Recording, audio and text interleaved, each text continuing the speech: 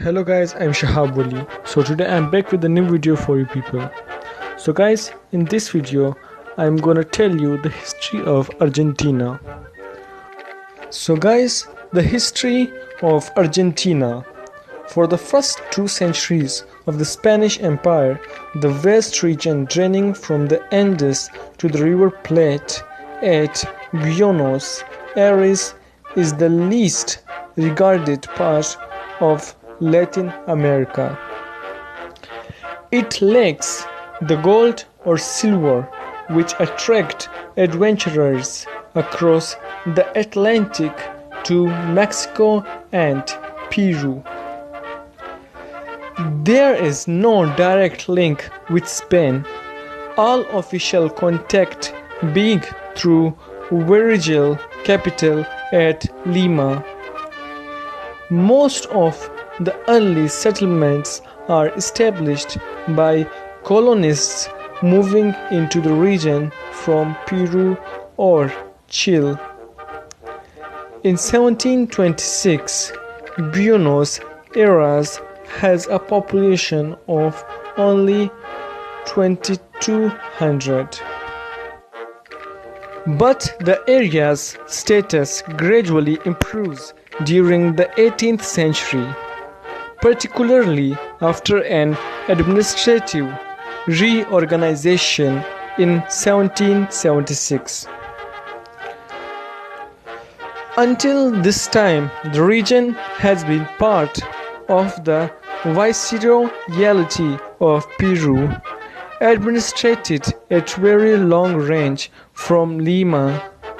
In 1776, the entire area from the eastern Bolivian highlands through Paraguay, Uruguay, and Argentina to the southern tip of the continent is given separate status at the Viceroyalty of La Plata with its capital of Buenos Aires. The people of Buenos Aires discover an exciting new sense of pride in 1806 after a British fleet arrives and captures the city. The Spanish viceroy flees ignominiously, whereupon Cyril militia, led by Santiago de Linares, expel the intruders on their own. For 3 years, Linares rules in place of the absent viceroy. Buenos Aires is now in the mood to seize any future opportunities. Argentina takes its first step towards independence more easily than most other regions of the Spanish Empire, partly because of the events of 1806 to 1809 in Buenos Aires. When developments in Spain in 1808 force a choice of allegiance, a cabildo abierto, which means open town meeting, in Buenos Aires on 25th May 1810 quickly decides to set up an autonomous local government on behalf of the deposed Ferdinand VII. However, this first step is soon followed by violent conflict with opposing royalist forces elsewhere in the province. News of this conflict brings back to Buenos Aires an Argentinian-born officer serving in the Spanish army, Jose de San Martin. When San Martin reaches Argentina in 1812, The Patriot Army is under the command of Manuel Belgrano, a Buenos Aires lawyer who has had his first military experience as a member of the Creole militia in 1806. In the early years of the War of Independence, Belgrano has success against Royalist troops in the foothills of the Andes in the extreme northwest of Argentina. At Tucumán 1812 and Salta 1813. But he is defeated further north in Bolivia later in 1813. In 1814, he is replaced as commander by San Martin. These battles have all been close to the main source of Royalist strength, the rich and conservative viceroyalty of Peru. San Martin concludes that Latin America's independence will never be sure until Peru is conquered. The independence of Argentina is formally proclaimed on 9th July 1816, abandoning any pretense that the junta had been governing on behalf of Ferdinand VII. The decision is simplified by the reactionary and incompetent rule of the Spanish king after he recovers his throne in 1814. Meanwhile, San Martin is assembling and training an army for his long-term plan of campaign against Peru. He has decided on a two-pronged attack, beginning with an invasion of Chile. He already has an important Chilean ally in Bernardo O'Higgins, a soldier closely involved in the beginnings of the independence movement in Chile but from 1814 a refugee in Argentina. San Martin marched west into Chile in January 1817, a few months after the formal declaration of full Argentinian independence. He leaves his compatriots in Argentina with the task of forming a nation out of what has been the vast but relatively uncertainized viceroyalty of La Plata. The ambitions of many in Buenos Aires are that their city should remain the capital of the entire viceroyalty, but in 1817 this already looks a forlorn hope.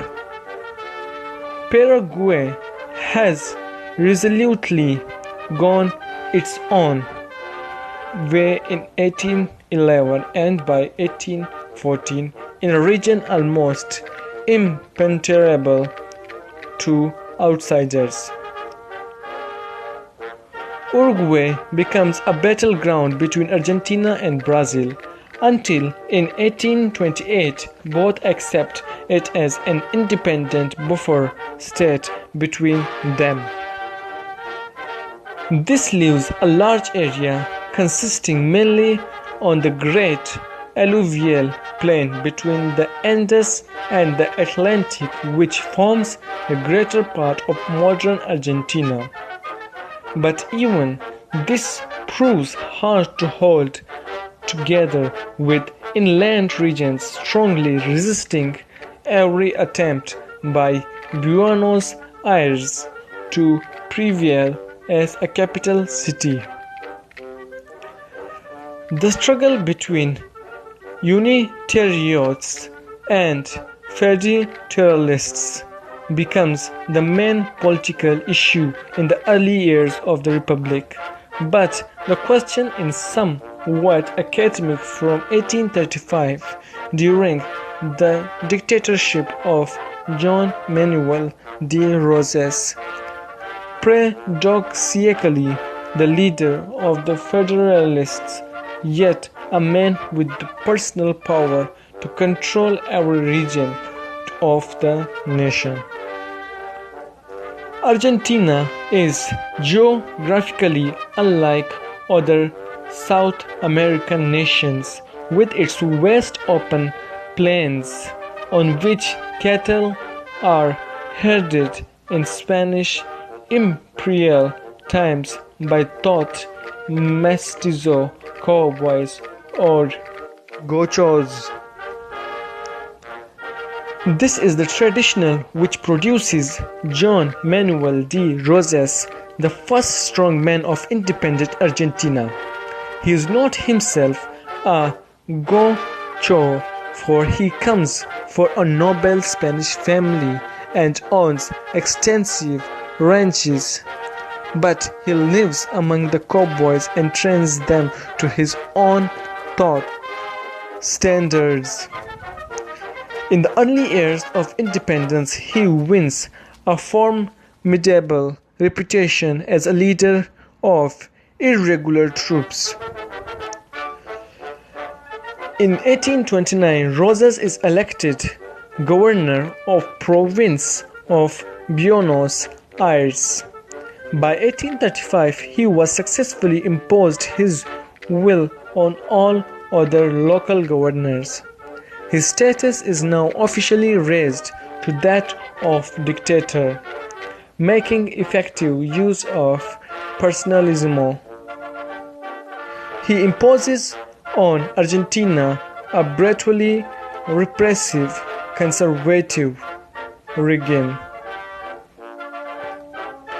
Rosas follows a vigorously nationalist policy which pleases his people. But he goes too far when he intervenes in a Uruguayan civil war, lending his assistance in 1843 to a siege of Montevideo, which eventually lasts for nearly 9 years. This embarrassment, together with Rosas' failure to provide the provinces with a federal constitution, led to his being toppled in 1851 by one of his own provincial governors, Justo Jose de Urquiza. Urquiza gathers an army to raise the siege of Montevideo and defeats an army loyal of Rosas at Caseros in February 1852. He then calls a convention which provides Argentina in 1853 with the required constitution. Urquiza is elected president in 1854 for a 6-year term. The first capital is a rotating sequence is to Paraná, but there is no glaring omission from his new confederation, Buenos Aires, insisting on leadership to the nation of nothing refuses to join. The issue is again resolved on the battlefield. In 1861, at Pavon, the provincial troops of Buenos Aires under Bartolomé Mitre defeat the national army under Urquiza. In the following year, Mitre is elected president. He moves the capital to Buenos Aires, where it was remained ever since, though its status as permanent capital is not formally accepted until 1880. Argentina, after 50 years of independence, has finally established its political identity. Meanwhile, its economic nature is about to undergo a transformation.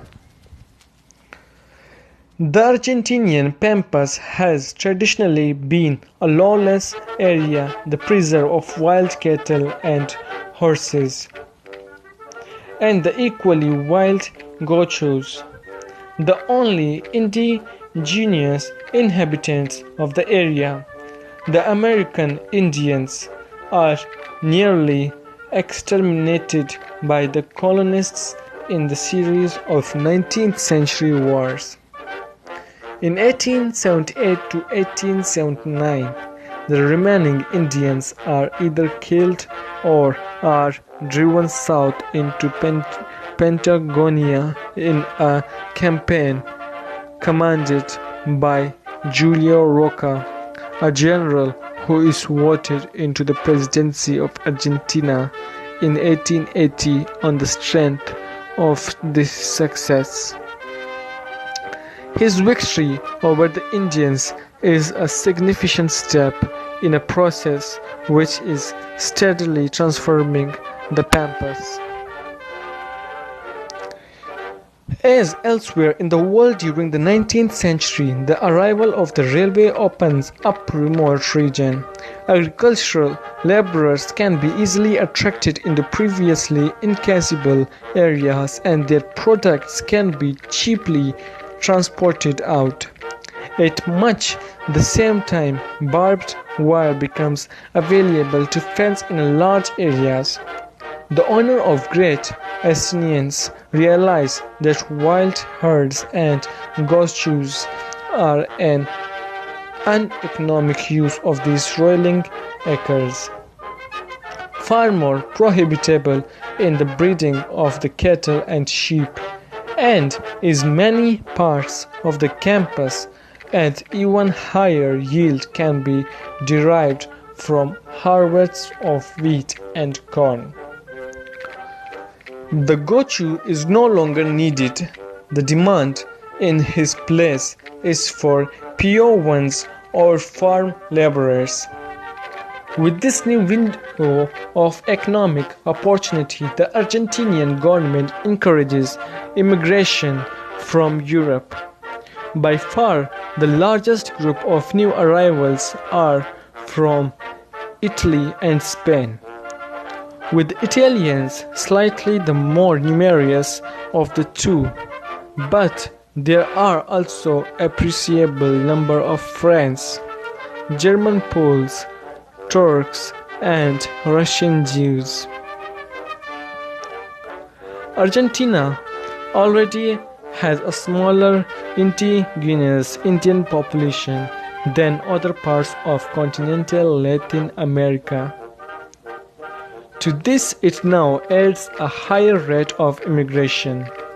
It becomes the most European republic in South America, but as yet it is one where power and wealth remain in the hands of very select few.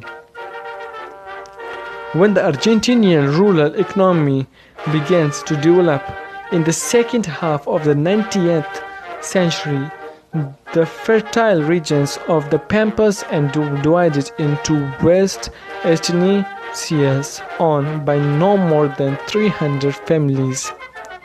Each estancia covers hundreds of thousands of acres. With wealth in so few hands, oligarchy is almost inevitable.